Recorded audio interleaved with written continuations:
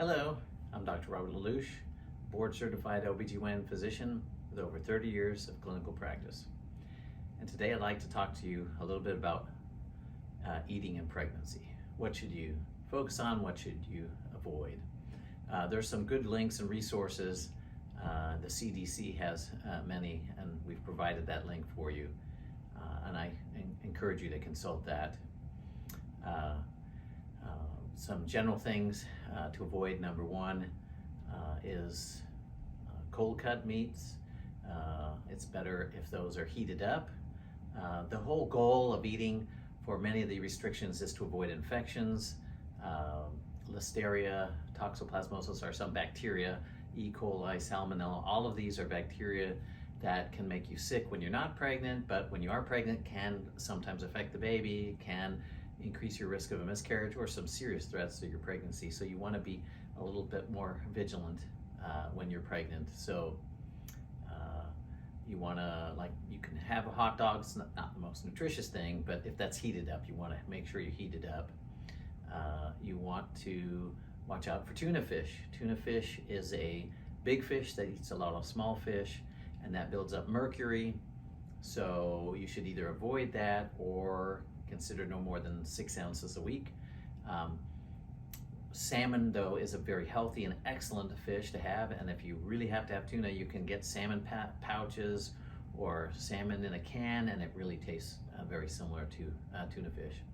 Speaking of that, you want to avoid seafood salads or mayonnaise-based salads that you get a deli that can, especially if they're sitting out on a picnic table, then the risk of infection increases, certainly.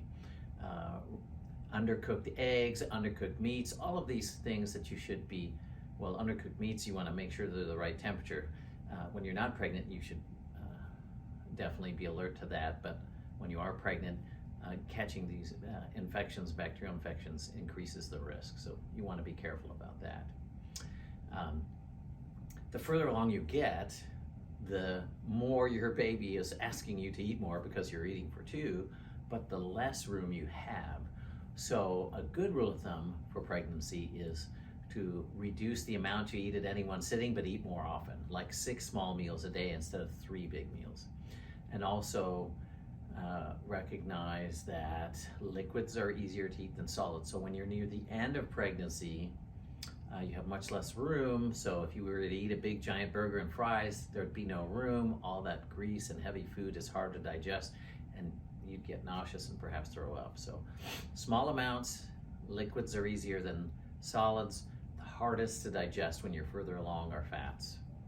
A really good food, breakfast food that I recommend for my pregnant patients, especially those with the issues of diabetes and pregnancy, is oatmeal.